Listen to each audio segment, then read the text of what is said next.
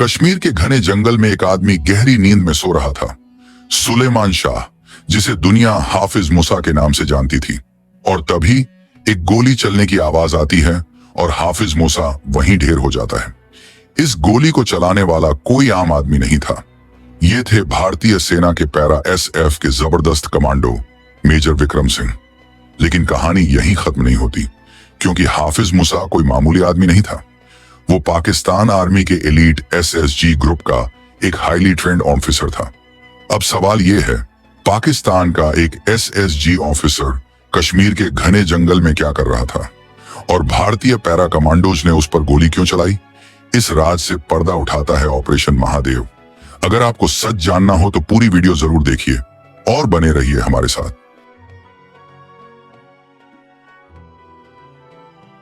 तारीख थी 22 अप्रैल 2025 की।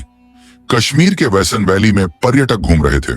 नवविवाहित जोड़े हनीमून मना रहे थे कि तभी जंगल की तरफ से 3 आतंकवादी निकले। उनके हाथों में AK-47 और M4 कार्बाइन जैसी घातक राइफलें थीं। ये आतंकी लश्कर-ए-तैयबा और द रेजिस्टेंस फ्रंट के खूंखार भेड़िए थे, जो सरहद पार पाकिस्तान से सिर्फ एक ही मकसद लेकर आए थे, दहशत फैलाना और बेगुनाहों का खून बहाना। उनकी आंखों में वहशीपन था और चाल में मौत की आहट। उन्होंने आते ही सबको बंधक बना लिया। उसके बाद शुरू हुआ वह घिनौना खेल जिसने सबके दिल दहला दिए। उन्होंने एक एक करके सबसे उसका धर्म पूछा और जो हिंदू पाए गए उन्हें गोली मार दी गई। कुछ लोगों ने बचने के लिए झूठ बोलने की कोशिश की, लेकिन उन दरिंदों ने उन्हें कलमा पढ़ने को कहा। उन्होंने लोगों के हाथों पर बंधी कलाई और माथे पर लगा टीका देखकर शूट कर दिया। यहां तक कि कुछ लोगों के पैंट उतरवा कर जांच की और जो हिंदू पाए गए उन्हें गोली मार दी गई। अपना मकसद पूरा करने के बाद वे आतंकवादी उसी रास्ते से जंगल में वापस चले गए। जब सिक्योरिटी फोर्सेस वहां पहुंची तो मंजर दिल दहला देने वाला था। हर तरफ खून बिखरा था, लोगों का सामान इधर उधर पड़ा था और हवा में एक भारी सन्नाटा था जो चीखों के बाद आता है। इंडियन आर्मी और जम्मू कश्मीर पुलिस ने तुरंत पूरे इलाके की घेराबंदी कर दी। कॉर्डन एंड सर्च ऑपरेशन शुरू किया गया, लेकिन घना जंगल और मुश्किल रास्तों का फायदा उठाकर आतंकी वहां से निकलने में कामयाब हो चुके थे। दिल्ली में भी हलचल तेज हो गई। साउथ ब्लॉक में हाई लेवल मीटिंग्स का दौर शुरू हो गया। प्रधानमंत्री और गृह मंत्री ने साफ कर दिया था कि इस बार सिर्फ निंदा नहीं होगी बल्कि कार्रवाई होगी, और वह भी ऐसी कार्रवाई जो दुश्मन की नस्लें याद रखेंगी। इंटेलिजेंस एजेंसियों को काम पर लगा दिया गया। रॉ और IB के अफसर 24 घंटे काम करने लगे ताकि यह पता लगाया जा सके कि इस हमले के पीछे किसका हाथ है और वे चूहे कहां छिपे हैं। शुरुआती जांच में ही साफ हो गया कि इस हमले का मास्टरमाइंड कोई और नहीं बल्कि लश्कर-ए-तैयबा का कमांडर सुलेमान शाह उर्फ हाशिम मूसा था। हाशिम मूसा कोई साधारण आतंकवादी नहीं था। इंटेलिजेंस रिपोर्ट्स के मुताबिक वह पाकिस्तान आर्मी की एलीट SSG यानी स्पेशल सर्विस ग्रुप का पूर्व कमांडो था। उसे जंगल वॉरफेयर की खास ट्रेनिंग मिली हुई थी। वह जानता था कि जंगल में कैसे छिपना है, सुराग कैसे मिटाने हैं और सेना को कैसे चकमा देना है। लेकिन वह एक बात भूल गया था। वह भूल गया कि उसका सामना इंडियन आर्मी से है, जिसके शब्दकोश में नामुमकिन जैसा कोई शब्द नहीं है। 7 मई 2025 हमले के ठीक 15 दिन बाद भारत ने अपना पहला जवाब दिया। इस मिशन का नाम था ऑपरेशन सिंदूर। यह एक हवाई हमला था। इंडियन एयर फोर्स के फाइटर जेट्स ने LOC के पार जाकर पाकिस्तान के कब्जे वाले कश्मीर में आतंकी लॉन्च पैड्स को निशाना बनाया। यह एयर स्ट्राइक बहुत सटीक थी। इसमें लश्कर और जैश के कई कैंप्स तबाह कर दिए गए। खबरों के मुताबिक 100 से ज्यादा आतंकी मारे गए। ऑपरेशन सिंदूर ने दुश्मन की कमर तोड़ दी थी, लेकिन इंडियन आर्मी जानती थी कि यह अभी अंत नहीं है।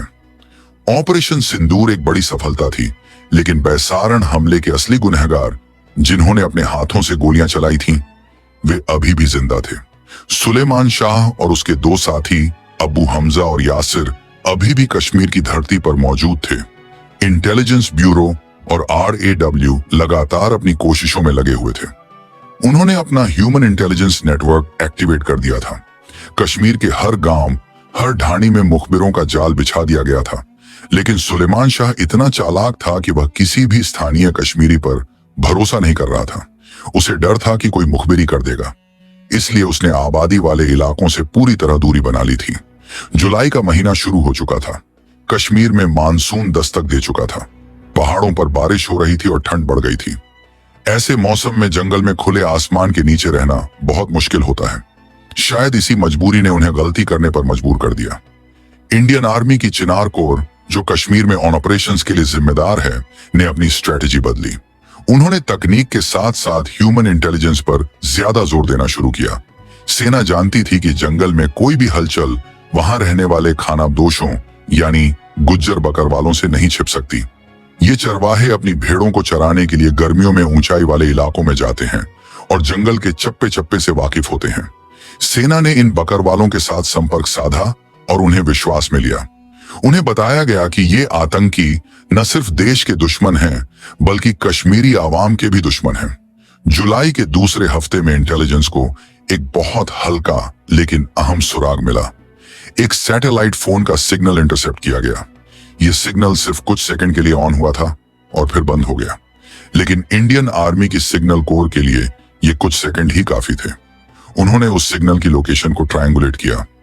लोकेशन आ रही थी श्रीनगर के पास हरवन और दारा इलाके के ऊपर, लिडवास के घने जंगलों में।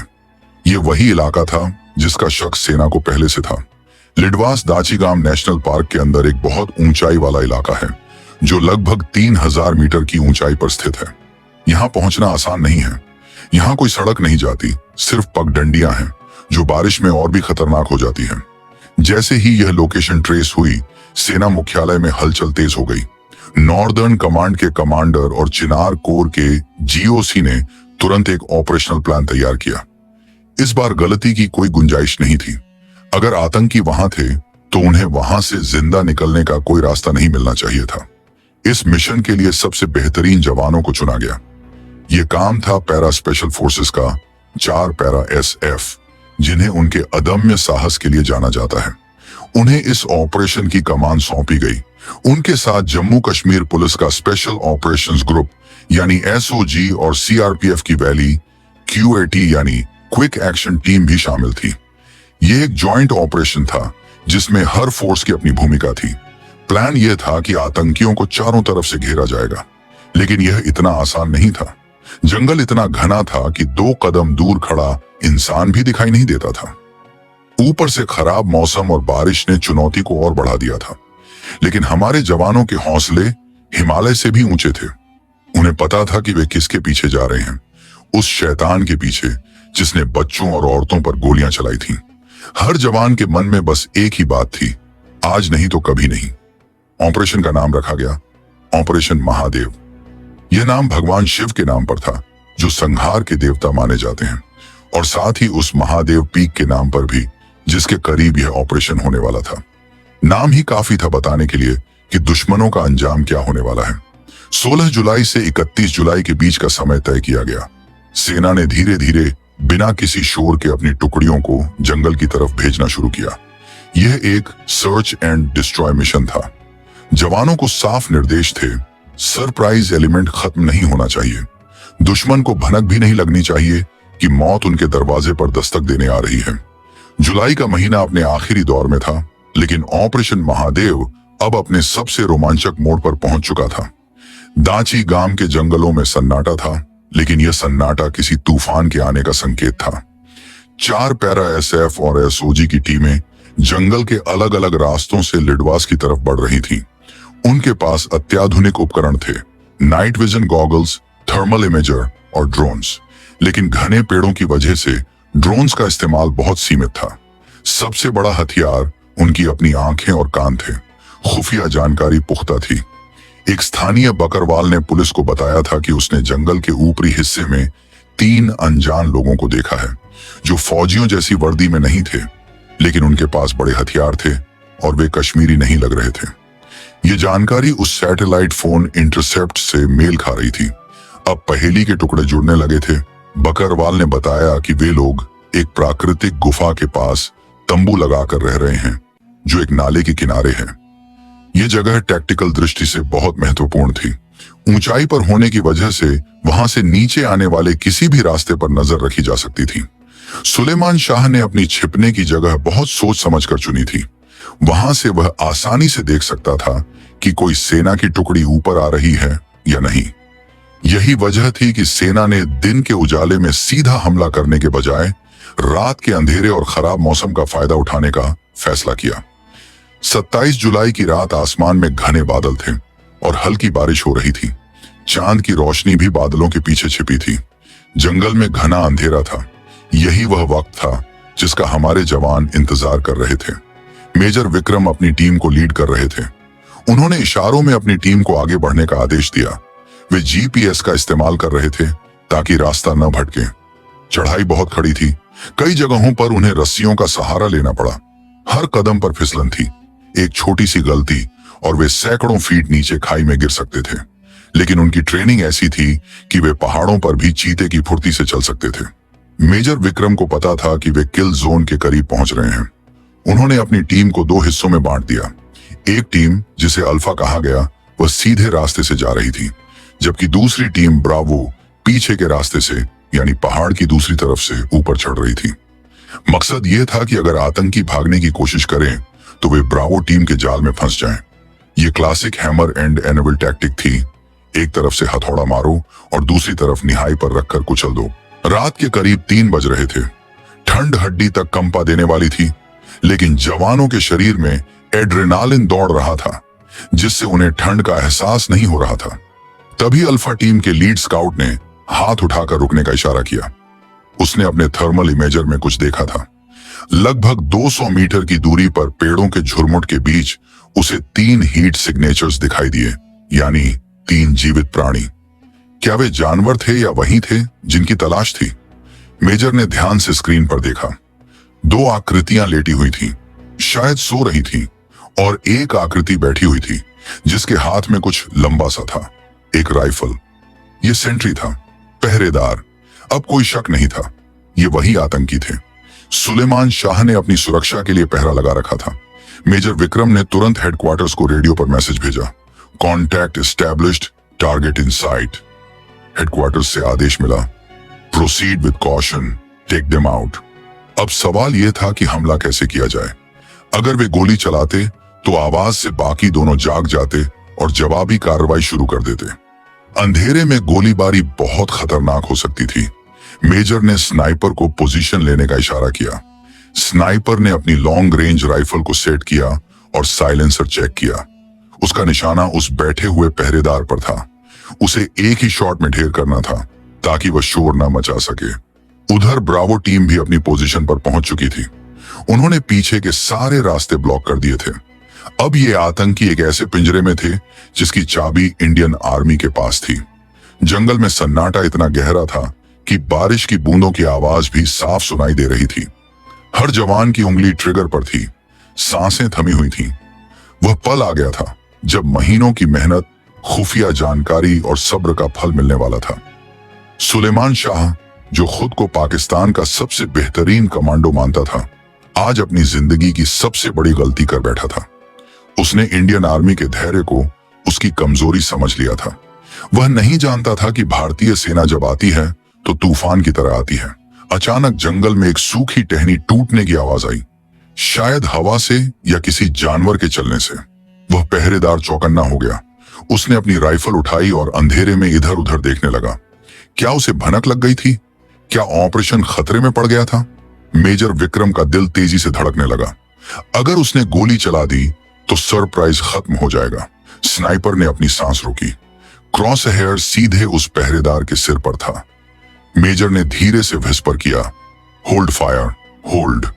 वे चाहते थे कि आतंकी थोड़ा और रिलैक्स हो जाए। पहरेदार ने कुछ देर इधर उधर देखा, फिर शायद उसे लगा कि कोई जानवर होगा। वह वापस बैठ गया। उसने अपनी राइफल को घुटनों पर रख लिया और जेब से कुछ निकालने लगा, शायद बीड़ी या सिगरेट। यही वह मौका था। जैसे ही लाइटर की हल्की सी चिंगारी जली, उसकी लोकेशन और भी पक्की हो गई। अब और इंतजार करना बेवकूफी होती। सुबह होने में कुछ ही घंटे बचे थे। जैसे ही सूरज की पहली किरण निकलती, आतंकियों को भागने का मौका मिल सकता था, क्योंकि वे इलाके को सेना से बेहतर जानते थे। इसलिए अंधेरे में ही खेल खत्म करना जरूरी था। मेजर विक्रम ने अपनी घड़ी देखी, 3:45। उन्होंने गो कोड दिया, हर हर महादेव। ये सिर्फ एक नारा नहीं था, ये उस ऑपरेशन का नाम भी था और विजय का उद्घोष भी। इस कोड को सुनते ही हर जवान हरकत में आ गया। स्नाइपर की उंगली ट्रिगर पर कस गई और निशाने को एक बार फिर एडजस्ट किया गया। हवा की गति और दूरी का हिसाब लगाया गया। ये शॉट चूकने का मतलब था एक लंबी और खूनी मुठभेड़ जिसमें जवानों की जान भी जा सकती थी, इसलिए गलती की कोई गुंजाइश नहीं थी। जंगल के सन्नाटे में मौत अपनी चाल चलने के लिए तैयार थी और उस पहरेदार को अंदाजा भी नहीं था कि उसकी जिंदगी के अब बस चंद सेकंड ही बचे हैं। हर हर महादेव का सिग्नल मिलते ही जंगल का सन्नाटा टूट गया, लेकिन गोलियों की आवाज से नहीं बल्कि एक सटीक और साइलेंट कार्रवाई से।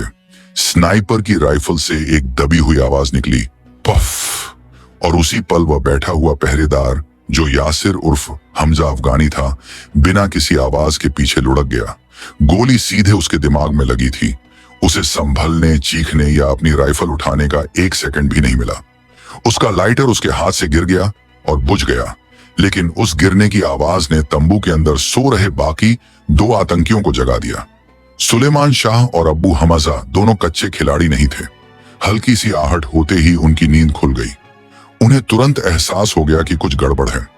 अटैक अटैक, सुलेमान चिल्लाया और उसने अपनी M4 कार्बाइन उठाई। वे दोनों तंबू से बाहर लुढ़कते हुए निकले और आड़ लेने के लिए चट्टानों के पीछे छिप गए। अब सरप्राइज खत्म हो चुका था।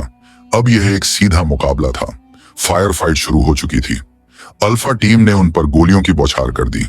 गोलियां पेड़ों के तनों को चीरती हुई निकल रही थीं। अंधेरे में सिर्फ बंदूकों की नाल से निकलती आग की लपटें यानी मजल फ्लैश दिखाई दे रहे थे। सुलेमान शाह चट्टान के पीछे से रुक रुक कर फायर कर रहा था। वह एक मंझा हुआ खिलाड़ी था। वह अंधाधुंध गोलियां नहीं चला रहा था, बल्कि निशाना लेकर फायर कर रहा था।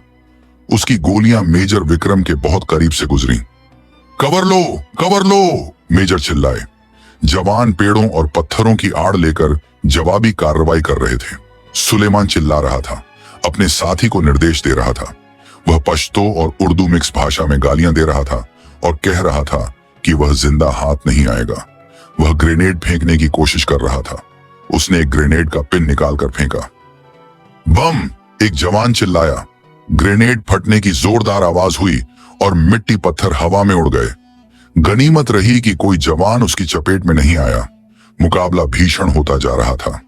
आतंकी ऊंचाई पर थे और उन्हें अच्छी आड़ मिली हुई थी, जिसका उन्हें फायदा मिल रहा था। वे ऊपर से नीचे फायर कर रहे थे, जो टैक्टिकली फायदेमंद होता है। लेकिन इंडियन आर्मी की ब्रावो टीम, जो पीछे से ऊपर चढ़ चुकी थी, अब एक्शन में आई। आतंकियों का ध्यान सामने अल्फा टीम पर था। उन्हें अंदाजा ही नहीं था कि उनकी मौत उनके पीछे खड़ी है।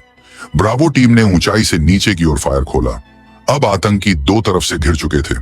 इसे मिलिट्री भाषा में क्रॉस फायर कहते हैं। सुलेमान को समझ आ गया कि वह फंस चुका है। अल्लाहू अकबर, चिल्लाते हुए अब्बू हमजा अपनी पोजीशन से बाहर निकला और अंधाधुंध फायर करते हुए भागने की कोशिश करने लगा। यह एक आत्मघाती कदम था। जैसे ही वह कवर से बाहर आया, उसे 3 तरफ से गोलियां लगी। एसओजी के एक जवान की गोली उसके सीने में लगी और वह वहीं ढेर हो गया।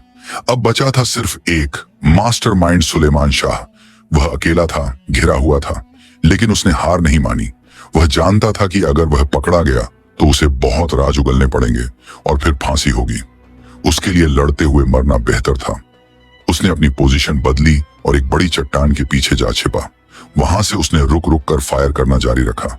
वह सेना को उलझाए रखना चाहता था ताकि शायद उसे कोई मौका मिल जाए, लेकिन 4 पैरा के कमांडोज ने उसे कोई मौका नहीं दिया। उन्होंने ग्रेनेड लॉन्चर का इस्तेमाल करने का फैसला किया। मेजर ने आदेश दिया, UBGL फायर, यानी अंडर बैरल ग्रेनेड लॉन्चर। एक जवान ने अपनी राइफल के नीचे लगे लॉन्चर से ग्रेनेड फायर किया। ग्रेनेड सीधे उस चट्टान के पास जाकर गिरा जहां सुलेमान छिपा था। एक जोरदार धमाका हुआ। धुएं और धूल का गुब्बार उठ गया। फायरिंग कुछ पलों के लिए रुक गई। क्या वह मारा गया या यह कोई चाल थी? जवान अपनी पोजीशन पर डटे रहे। कुछ देर तक कोई हरकत नहीं हुई। तभी धुएं के बीच से गोलियां चलने की आवाज फिर आई। वह अभी भी जिंदा था। हालांकि वह घायल था, लेकिन उसका जुनून अभी खत्म नहीं हुआ था। वह लगातार फायर कर रहा था और फौज को ललकार रहा था। आओ, मुझे पकड़ कर दिखाओ, वह चिल्ला रहा था। यह उसकी हताशा थी। वह जानता था कि उसका अंत निकट है। मेजर विक्रम ने समझ लिया कि अब इसे जिंदा पकड़ना नामुमकिन है और इसमें अपने जवानों की जान का जोखिम भी है। सूरज की पहली किरणें आसमान में दिखाई देने लगी थीं। धुंधल का छंट रहा था। अब विजिबिलिटी बेहतर हो रही थी। मेजर ने अपनी टीम को फाइनल असॉल्ट यानी अंतिम हमले के लिए तैयार किया। उन्होंने एक तरफ से भारी फायरिंग करवाकर सुलेमान का ध्यान भटकाया, जिसे सप्रेसिंग फायर कहते हैं, और दूसरी तरफ से 2 कमांडोज को रेंगते हुए यानी क्रॉलिंग करते हुए उसके करीब भेजा। यह बहुत जोखिम भरा कदम था। अगर सुलेमान ने उन्हें देख लिया होता तो वह उन्हें आसानी से मार सकता था, लेकिन सप्रेसिंग फायर की वजह से वह अपना सिर ऊपर नहीं उठा पा रहा था। कमांडोज अब सुलेमान से महज 10 मीटर की दूरी पर थे। उन्होंने हैंड ग्रेनेड निकाले, पिन हटाई और कुछ सेकंड हाथ में रोके रखा, जिसे कुकिंग ऑफ कहते हैं, ताकि उसे वापस फेंकने का मौका न मिले, और फिर सुलेमान की पोजीशन पर फेंक दिया। 2 धमाके एक साथ हुए, बूम बूम। इस बार धमाकों के बाद कोई फायरिंग नहीं हुई, सिर्फ कराहने की आवाज आई। धूल का गुब्बार शांत होने का इंतजार किया गया। मेजर विक्रम ने रेडियो पर कहा, सीज फायर, चेक टारगेट, यानी फायरिंग रोको, लक्ष्य की जांच करो। 2 जवान अपनी बंदूकें ताने हुए धीरे धीरे चट्टान की तरफ बढ़े। वहां का नजारा विभत्स था। सुलेमान शाह, जो पहलगाम का कसाई कहलाता था, अब मिट्टी और खून में सना हुआ पड़ा था। उसकी AM4 कार्बाइन उसके पास पड़ी थी, लेकिन अब उसे उठाने वाला हाथ बेजान हो चुका था। एक जवान ने उसके पास जाकर उसकी नब्ज चेक की। कोई हरकत नहीं। उसकी आंखें खुली थीं, जिनमें अब खौफ जम चुका था। जवान ने थम्स अप किया। Target down. यह शब्द सुनते ही पूरे यूनिट में राहत की सांस ली गई, लेकिन सतर्कता अभी भी कम नहीं की गई थी, क्योंकि जंगलों में अक्सर बूबी ट्रैप्स होते हैं। जवानों ने तुरंत सुलेमान के शरीर की तलाशी ली। कहीं उसने कोई सुसाइड वेस्ट तो नहीं पहन रखा था। सौभाग्य से ऐसा कुछ नहीं था। यह एक क्लीन ऑन ऑपरेशन था, जिसमें दुश्मन को सोचने का भी वक्त नहीं मिला था। Target down. ये 2 शब्द रेडियो सेट पर गूंजे और जंगल में मौजूद हर जवान के चेहरे पर एक संतोष भरी मुस्कान आ गई। लेकिन काम अभी पूरा नहीं हुआ था। पहचान की पुष्टि करना सबसे जरूरी था। क्या यह वाकई सुलेमान शाह ही था? जवानों ने उसके चेहरे को साफ किया और अपने पास मौजूद डॉसियर की फोटो से मिलाया। वही दाढ़ी, वही आंखें और माथे पर वह निशान, ये वही था। सुलेमान शाह उर्फ हाशिम मूसा, पाकिस्तान का पूर्व कमांडो और लश्कर का टॉप कमांडर। उसके पास से जो हथियार मिले, वे भी इस बात की गवाही दे रहे थे कि वह कोई मामूली आतंकवादी नहीं था। उसके पास अमेरिकन मेड M4 कार्बाइन थी, जिसमें नाइट विजन स्कोप लगा था। यह हथियार अक्सर पाकिस्तानी आर्मी की स्पेशल फोर्सेस इस्तेमाल करती हैं। इसके अलावा उसके पास से एक सैटेलाइट फोन, कुछ दस्तावेज और नक्शे भी मिले, जिन पर इंडियन आर्मी के ठिकानों के निशान लगे थे। मेजर विक्रम ने तुरंत बेस को कंफर्म किया। Operation Mahadev successful. तीनों target neutralized. Suleman Shah is history, यानी ऑपरेशन सफल, तीनों ढेर। सुलेमान शाह अब इतिहास बन चुका है। यह खबर जैसे ही श्रीनगर हेडक्वार्टर्स पहुंची, वहां खुशी की लहर दौड़ गई। GOC ने तुरंत दिल्ली में सेना प्रमुख और रक्षा मंत्री को सूचित किया। यह एक बहुत बड़ी कामयाबी थी। पहलगाम हमले का बदला पूरा हो चुका था। उन 26 बेगुनाहों की आत्मा को अब जाकर शांति मिली होगी। लेकिन जंगल में अभी भी खतरा टला नहीं था। हो सकता था कि आसपास कोई और आतंकी छिपा हो या उन्होंने कोई IED लगा रखा हो। इसलिए जवानों ने पूरी सावधानी के साथ तलाशी अभियान यानी सैनिटाइजेशन चलाया। तंबू के अंदर से उन्हें भारी मात्रा में गोला बारूद, सूखा राशन और दवाइयां मिली। इससे पता चलता था कि वे यहां लंबी लड़ाई की तैयारी के साथ आए थे। सबसे चौंकाने वाली बात यह थी कि उनके पास से कुछ ऐसे इंजेक्शन भी मिले जो अक्सर घायल होने पर दर्द कम करने और जागते रहने के लिए इस्तेमाल किए जाते हैं। यह सब पाकिस्तान की स्टेट स्पॉन्सरशिप का सबूत था। शवों को रिकवर करना भी एक चुनौती थी। ऊंचाई से नीचे लाना, और वह भी फिसलन भरे रास्तों से, यह मुश्किल काम था। लेकिन इंडियन आर्मी अपने दुश्मनों के शवों का भी सम्मान करती है। प्रोटोकॉल के मुताबिक पुलिस ने शवों को अपने कब्जे में लिया। पंचनामा भरा गया और उन्हें पोस्टमार्टम के लिए श्रीनगर भेजा गया। वहां DNA टेस्ट के जरिए भी उनकी पहचान की पुष्टि की जानी थी, ताकि पाकिस्तान यह झूठ न बोल सके कि वे उनके नागरिक नहीं थे। हालांकि पाकिस्तान हमेशा की तरह इसे नकारने ही वाला था, लेकिन सबूत अब दुनिया के सामने आने वाले थे। तो दोस्तों, यह थी ऑपरेशन महादेव की इनसाइड स्टोरी।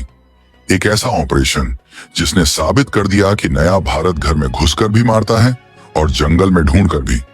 उम्मीद है कि हमारे जवानों की यह वीरता आपको पसंद आई होगी। अगर इस कहानी ने आपके रोंगटे खड़े किए हैं तो इस वीडियो को लाइक जरूर करें और कमेंट में जय हिंद या हर हर महादेव लिखना ना भूलें। अपने दोस्तों के साथ शेयर करें ताकि उन्हें भी पता चले असली हीरोज की कहानी। ऐसी ही और अनसुनी, रोंगटे खड़े कर देने वाली सच्ची कहानियों के लिए हमारे चैनल को सब्सक्राइब करें और बेल आइकन दबाएं ताकि आप कोई भी अपडेट मिस न करें। मिलते हैं अगली वीडियो में एक और जांबाज किस्से के साथ। तब तक के लिए जय हिंद, जय भारत।